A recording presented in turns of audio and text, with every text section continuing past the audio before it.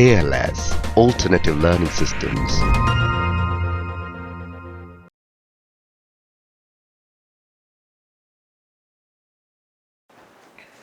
India-Russia relations in 2019.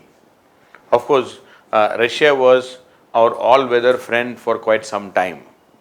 But of late, definitely there is a decline or a stagnation in our relationship. Things are dramatically changing in the world when it comes to Russia and with the rest of the international community, as well as between India and Russia. In 2014, major changes took place in both India and Russia. Here in India, a new Prime Minister, a new government, a new right-wing government led by Prime Minister Modi came to power. In Russia also, despite the Putin rule for quite some time, 2014 was a turning point because that is the year when they captured Crimea, the fight in Ukraine, then Russia was thrown out of G8 and Russia has strongly placed themselves as anti-US and anti-West. And in fact today, Russia is against any liberal thinking, anti-Western liberal thinking also today. So the beginning was 2014.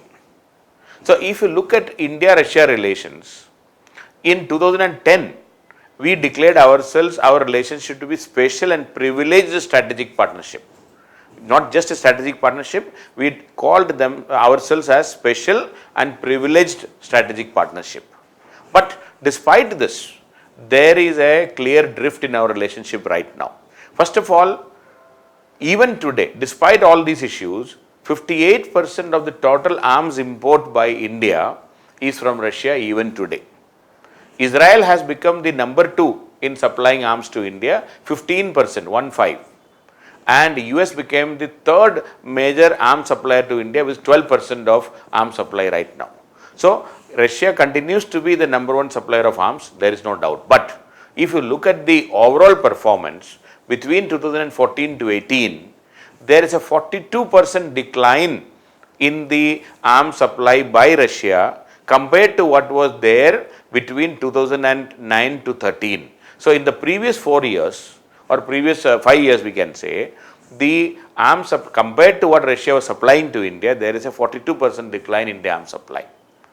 Not only this, the goal of achieving a 20 billion bilateral trade by 2015 is far-fetched and it is yet to be achieved, and we are far behind schedule when it comes to the bilateral trade. Our relationship with Russia is predominantly in the arms trade, not in the bilateral trade. So that is a big drawback in our relationship. In fact, during this phase, you see India-US bilateral trade reached almost $140 billion. Even Russia-China bilateral trade has reached almost $107 billion. But unfortunately, India-Russia is only around $15 billion. Our target was $20 billion. We have failed to achieve. And very significantly, in 2014, the US emerged as a top arms supplier to India. I mean, if you take 1 year particularly, 14, where US supplied more arms to India than Russia, which was a major change and a major shift in our import which was happening earlier.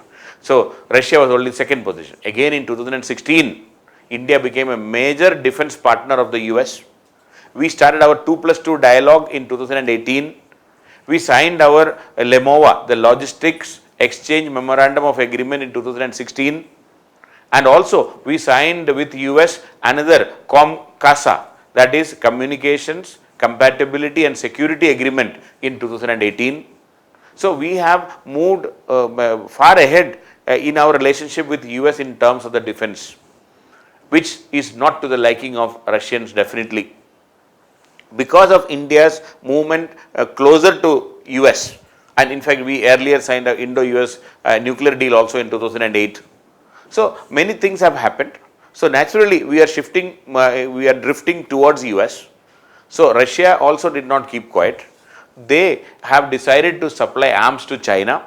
They supplied advanced weapon systems including Sukhoi 35 to China, S-400 missiles to China, and also they started engaging with Pakistan and they started supplying Mi-35 helicopters to China, to Japan, to Pakistan.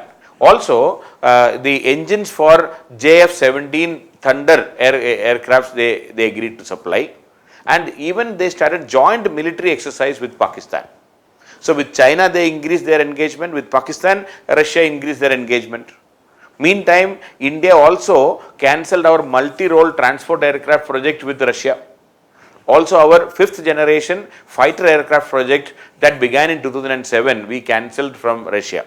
So many of these steps have definitely we can say there is a stagnation in our relationship, or there is a drift in our relationship between India and Russia. But at the same time, there are many positives. Let us see what are the positives between India and Russia which has happened in the last 4 or 5 years. First of all, both the countries agreed to construct 12 nuclear power plants in India over the next 2 decades. And Russia is willing to support India in localizing the manufacturing, so that most of the components will be manufactured in India. So that is definitely a positive. Then during 14-15, there is an agreement for supply of crude oil by Rosneft to SR. So additional crude oil supply to SR. Cooperation helicopter engineering. In 2016, we agreed to purchase that S-400 Triumph air defense missile system. Then India also agreed to purchase 4 frigates in 2018. There is also an agreement for manufacturing of Ka-226T helicopters in India. In fact, 2017 we marked the 70 years of establishment of diplomatic relations between India and Russia. And during the annual summit in 2017, a 3rd stage of the Kodamkulam nuclear power plant was also agreed upon in the 2017 summit. Then the first ever tri-service exercise under the annual Indra format, INDRA, Indra, we started in recently. India also joined the Shanghai Cooperation Organization, where Russia is a prominent player, in 2017 as a full member. Definitely it has added to our bilateral relations. In terms of bilateral investment, initially we kept a target of $30 billion by 2025, but we achieved it already. And now we have kept a target of $50 billion of investment, bilateral investment, by 2025. So we are moving in that direction. But since 2017, there is no major or significant arms deal between India and Russia. And in May 2018, Prime Minister Modi, announced, or rather we had an informal, Modi and Prime Minister Modi and the President Putin, we had an informal summit at Sochi, the Russian city. This is the first time we conducted an informal summit other than our annual bilateral summit which are going on. So that was in May 2018. In fact, that is an indication of the Sochi summit, was an indication, acknowledgement of the need to address the drift in the relationship. So both Indian leaders as well as the Russian leaders are aware that there is a drift in the relationship and we need to address it. So many steps are already been taken. Now let me talk about some of the steps taken to improve the relationship, to fasten or rather to make it fast pace the relationship. First of all, the Sochi summit was a good beginning. Also, we started an FTA, free trade agreement talks between Eurasian Economic Union and India, that is the Russia-led economic union. Also, we had a launch of a single window service in Russia for Indian companies. Launch of Russia Plus in India to help Russian companies to invest in India, which is called Russia Plus. Then we have even started India-Russia Business Summit. We have set up a Far East agency in Mumbai. And of course, the S-400 deal, despite all American pressure, is definitely a welcome sign, is a movement forward. These are some of the steps taken already. Now coming to a final conclusion analysis between India-Russia relations. First of all, we should know that there is going to be a lot of divergence over foreign policy priorities between India and Russia. See, our priorities are different from that of the Russian priorities today. Today, our priority is to improve our relationship with the US and other Western world countries. Whereas Russia's priority is to keep away from the Western world. The West is the number one enemy for Russia right now. So there is definitely divergence in priorities between India and Russia in the foreign policy objectives, number one. Number two, for example, our Indo-Pacific, the US declared their focus is on Indo-Pacific. India is very happy to use that India word in the Pacific, and India has welcomed the US initiative of Indo-Pacific in this region. But Russians are not happy with this. They are saying this Indo-Pacific is an artificially imposed construct which is promoted by US, Australia and Japan only to counterbalance China. So the Indo-Pacific, which India has wholeheartedly appreciated and supported, is opposed by Russia. So that is a major opposition between India and, or rather we are in two different planks or two different boats already in the Indo-Pacific region. Another major bone of contention where in the international priority is the Belt and Road Initiative of China. Russia has supported Belt and Road Initiative, and it is passing through, the belt will pass through Central Asia and through Russia to Europe. India has opposed it tooth and nail. So there is no congruence in Belt and Road Initiative by China as far as India and Russia are concerned. So this is a big disagreement. Another disagreement is in the in Afghanistan. Russia has started the Moscow format, the informal talks. Russia is more than willing to negotiate with Taliban, and even in the Moscow format and all, the Afghan government, the elected Afghan government was not even involved in the Moscow format. They were only invited as a invitee type. Even the official government representatives were not there. And Russia wants some sort of role for Taliban. That is what even China wants. That is even Pakistan wants. Even today, US also wants that. There is an agreement, and Pakistan was also invited for that Troika meeting of US, Russia and China in Afghanistan. India was left out. India is furious. India is very upset about India not being invited for the Afghan issue, and Russia is looking for an agreement or some compromise, some final conclusion minus India, which is highly unacceptable to India. So there is disagreement between India and Russia in Afghanistan also. But at the same time, there are some areas of cooperation. For example, both India and Russia agreed to have a joint trilateral agreement in Bangladesh to start a nuclear power plant at a place called Rooppur nuclear power plant in Bangladesh. It's a trilateral agreement between India, Russia and Bangladesh.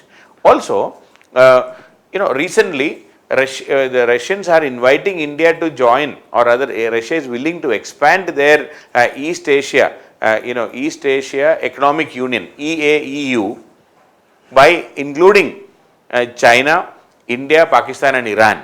So they would like India to participate in that. And also the Russians wanted India to strengthen our international north-south corridor, transport corridor, INSTC, north-south transport corridor, which is not moving forward much. So we can strengthen it, we can improve the relationship. But most importantly, the India-Russia relations can be improved only if we are able to take our trade forward. The trade relations should be improved substantially. And another important area where we can cooperate is in the infrastructure, in shipbuilding, in high-speed railways, in food processing, in high-tech technologies, in space technology, in aviation, in new materials, in information and communication technology, in medicine. So there are so many areas where there can be cooperation, but unfortunately there are some or other roadblocks in our cooperation between India and Russia. And one more important area where India can cooperate is in the manpower. There is a depopulation of population in Russia going on, especially in the Far East, in the eastern part, the Asiatic Russia. There is between 1991 and 2015, there is a 24% decline in population in the eastern part, where a lot of resources are available. So if there is an agreement, Indian workers can migrate, or rather there can be Indian workers going and executing this job. which can be, which can add to our relationship between India and Russia. So, but most importantly, what I would like to say is that the divergence in foreign policy goals are bound to be there, and it will affect our bilateral decision or dimension, bilateral relationship. This will be a big challenge because India's approach to Afghanistan is different. India's approach to BRI, Belt and Road Initiative, is different. India's approach to the West is different. And Western liberal thinking, Russia recently in the the G20 summit, the Russian president was lashing out against the Western liberal thinking, and he said the Western liberal thought is the problem in many of the problems in the world. I mean, he was even accusing it. So there are bound to be a lot of difference in priorities internationally, but at the same time there are a lot of scope. But one thing we should not forget is, when India tried to move closer to the US and the West, naturally countries like China and Russia will become suspicious. We will have to balance this relationship. India should understand that our strength will be in our strategic independence. It is not in becoming an ally of the US. We should not be trying to become a junior partner of the US. We should maintain our strategic independence. In fact, non-alignment is this strategic independence. India should have good relations with the US. At the same time, we should maintain good relations with Russia also, and China also for that matter, and any other power in the world. So if we can maintain a balance, and if we can keep the relationship at according to its merit without being seen as 100% pro-US or anybody, that will serve our purpose much better. So the non-alignment and the idea of Nehruvian ideology and idea of non-alignment has still relevance, because if we are seen moving and drifting closer to US, it will be at the cost of our relationship with Russia. And even today, please see, 58% of our defense requirements are coming from Russia. Russia was an all-weather friend, and we should try to maintain that good relationship. We can, Russia can supply oil and natural gas to India. There can be pipelines from Russia to India. They can, we can have technology partners in many areas, many high-tech areas. If we can improve our trade and the people-to-people contact, this will be a feather in the cap, and it will raise our relationship even further higher levels. And till now, Russia was our most valuable strategic partner, and we should not miss this opportunity. We should not allow this to be drifted and reduce it to a junior partner or a lesser important strategic partner, because Russia is more than willing to transfer technology also to India, which is, and even Russia is willing to cooperate in Make India in India program, even in the defense field, even the nuclear field. So India should not lose this opportunity. India should not allow our relationship with Russia to be drifted away, and we should maintain a strategic independence vis-a-vis US, so that Russians are not unduly upset about our moving closer to US.